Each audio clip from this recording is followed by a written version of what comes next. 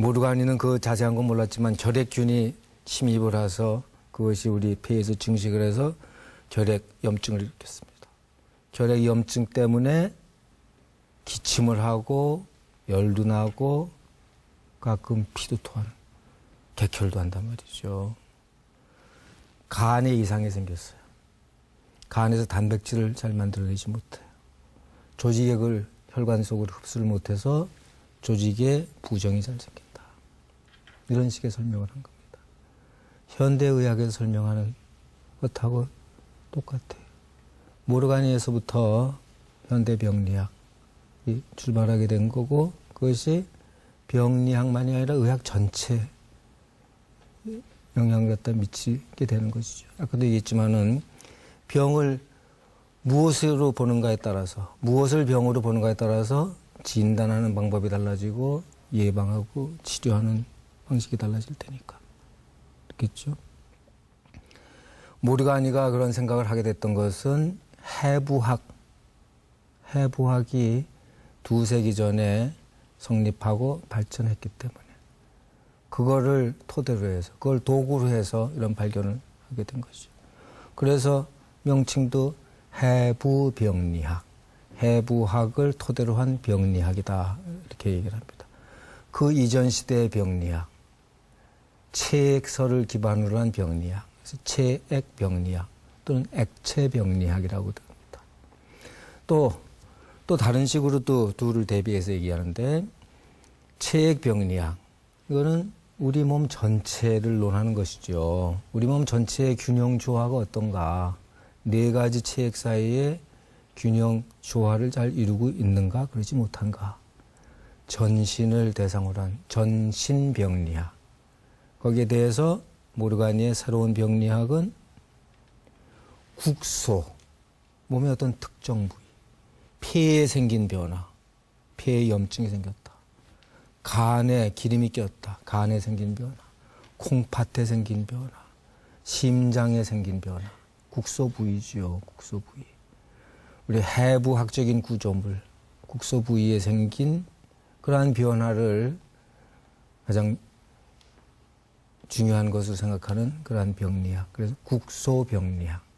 모르가니의 그 저서의 이름이 질병의 장소와 원인에 대하여라고 했습니다. 질병의 원인도 중요하지만은 더 중요한 개념은 질병의 장소라는 거예요. 질병이 자리 잡는 장소가 있다는 얘기예요.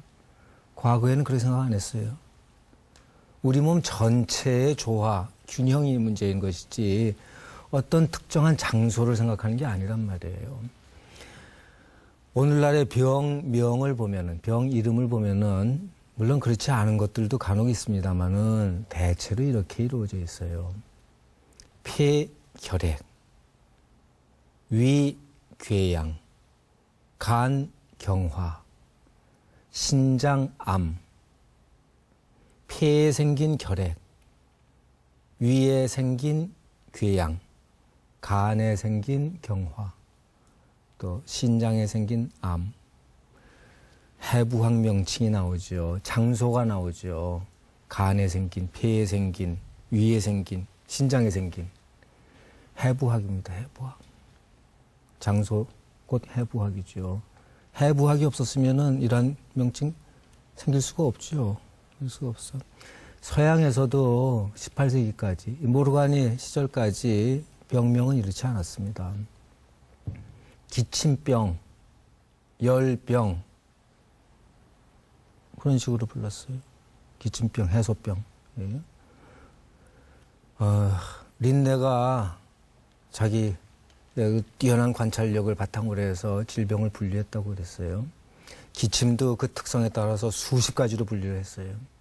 열이 나는 것도 열이 아침에 주로 나는지 저녁에 나는지 매일 생기는지 하루 걸리로 생기는지 사흘 만에 생기는지 등등 봐서 수십 가지로 분류했어요. 정말 놀라운 관찰력입니다. 하지만은 이제는 린네의 질병 분류 거들떠보지 않는다 그랬어요.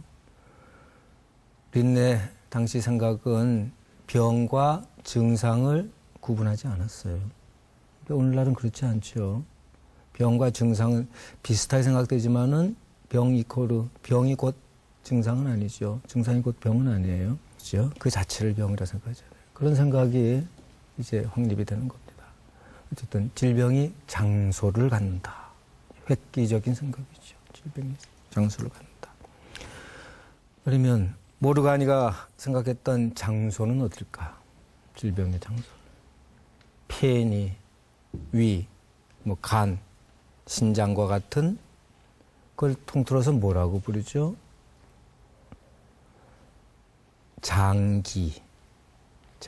영어로 organ이죠. 그래서 모르가니의 병리학을 해부병리학이라고 이제 통칭하지만은 그 중에서도 장기병리학.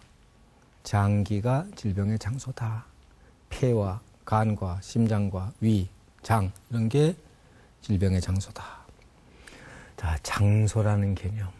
참 그전까지 생각지도 않은 새로운 개념입니다. 새로운 개념일 뿐만 아니라 그때부터 지금까지 이제 250년쯤 됐어요. 250년 동안 새로운 현대의학을 서양에서부터 발달을 했으니까 뭐 서양의학이라고도 부르기도 하죠. 하지만 같은 서양에서 발달한 의학이지만 그 이전 시대의 의학, 히포크라테스 의학과 현대 서양의학은 전혀 다른 특성을 가지고 있는 것이죠.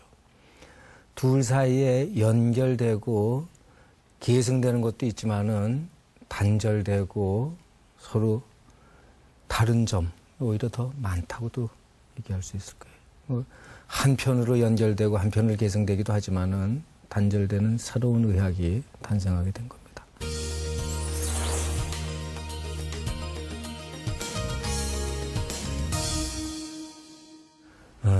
지난 2시간에 걸쳐서 봤지만은 해부학의 탄생, 또 거기에 바탕을 둔 새로운 생리학의 출발도 그 이전에 의학을 허물어뜨리긴 했지만은 그래도 핵심적인 병리학, 질병과는 18세기까지 남아 있었지만은 이제 그거마저 무너지게 됩니다.